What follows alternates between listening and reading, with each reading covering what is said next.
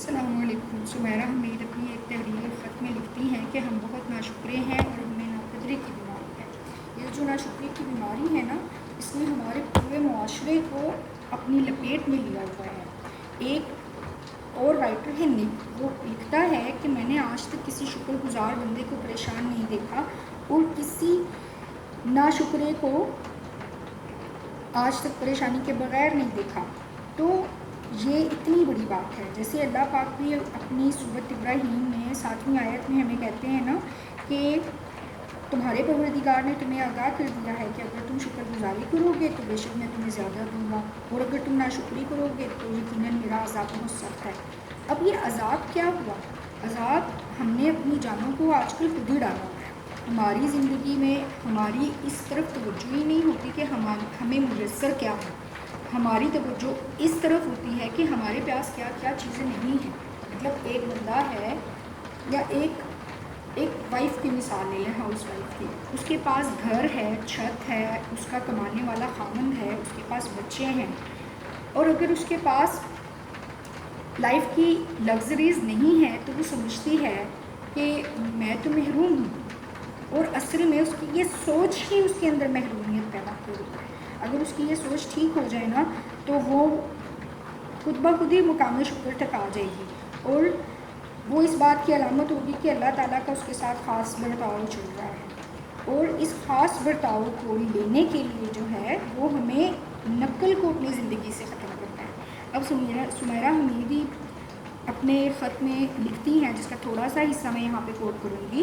وہ کہتی ہیں کہ جو نقل ہے وہ اصل کا مقابلہ نہیں کر سکتا۔ نقلی خوشیوں سے نے پھر سچی خوشیاں نگل ہی لی ہیں، اور اس کا اہتمام ہم نے خود کیا ہے۔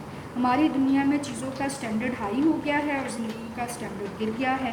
دنیا کی ساری منڈیوں میں سب سے کم بولی اس وقت زندگی کی لگ رہی ہے۔ آپ خود سے پوچھیں کہ آپ نے زندگی کی کتنی بڑی بولی لگائی ہے، کتنا اہم جانا ہے اسے۔ ایک دولت مند پیسے بنانے کی مشین بن چکا ہے، اپنی صحت گنوا چکا ہے، نیند کی گولیاں کھاتا ہے، پھر بھی نیند سے دور رہتا ہے۔ نیند کے لیے پیسہ پانی کی طرح بہاتا ہے، ایک پوائنٹ پر نیند کی گولیاں اثر کرنا بند کر دیتی ہیں۔ ڈوز بڑھاتے بڑھاتے ایسا پوائنٹ آ جاتا ہے کہ کتنی ہی گولیاں کھا لی نیند نہیں آتی۔ دنیا کا مہنگے سے مہنگا ڈاکٹر ہائر کر لیا، نیند نہیں آ رہی۔ مائیکل جیکسن کے ساتھ کیا ہوا تھا؟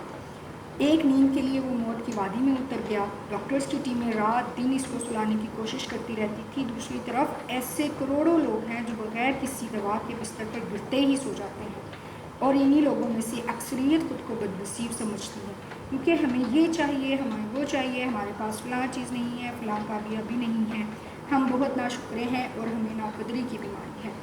اور ناشکری اور ناقدری یہ صرف انسانوں کے اوپر اپنے اثرات نہیں ڈالتی، یہ چیزوں کے اوپر بھی اپنے اثرات ڈالتی ہیں۔ چیزیں جیسے درخت، پودے، ہمارے آس پاس کا ماحول، اس کے اوپر بھی۔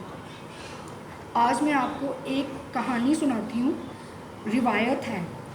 اس کے اندر یہ کہا جاتا ہے کہ ایک دفعہ کا ذکر ہے کہ ایک جو ہے وہ پائن کا درخت تھا۔ پائن کے درخت کا آپ کو پتہ ہے کیا ہوتا ہے؟ پائن کا درخت ہوتا ہے جس کے اوپر کلچرل پوزے لگتے ہیں، کون پائن، وہ درخت تھا، اور وہ ہرے بھرے جنگل میں اگا ہوا تھا، اور پائن کے درخت کے نا پتے نوکیلے ہوتے ہیں بہت زیادہ۔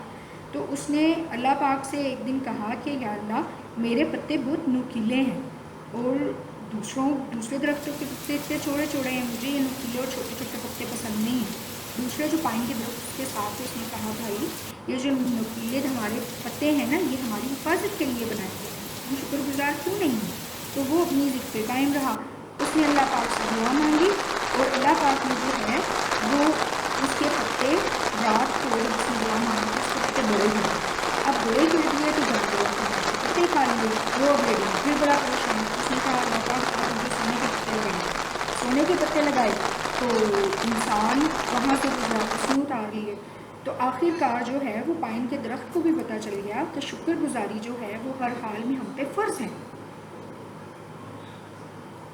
اللہ پاک ہمیں شکر گزاری کی توفیق عطا فرمائے۔